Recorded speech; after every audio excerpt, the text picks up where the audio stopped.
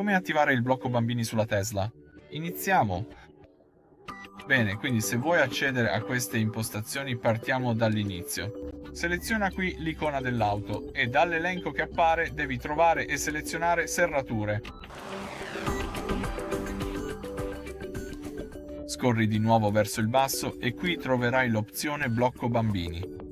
Questa funzione impedisce che le portiere posteriori vengano aperte dall'interno, quindi puoi aprire la portiera dall'esterno, ma il bambino non potrà aprire questa portiera se attivi questa funzione. E come puoi vedere, puoi utilizzare entrambe le portiere posteriori oppure puoi scegliere solo la sinistra o la destra.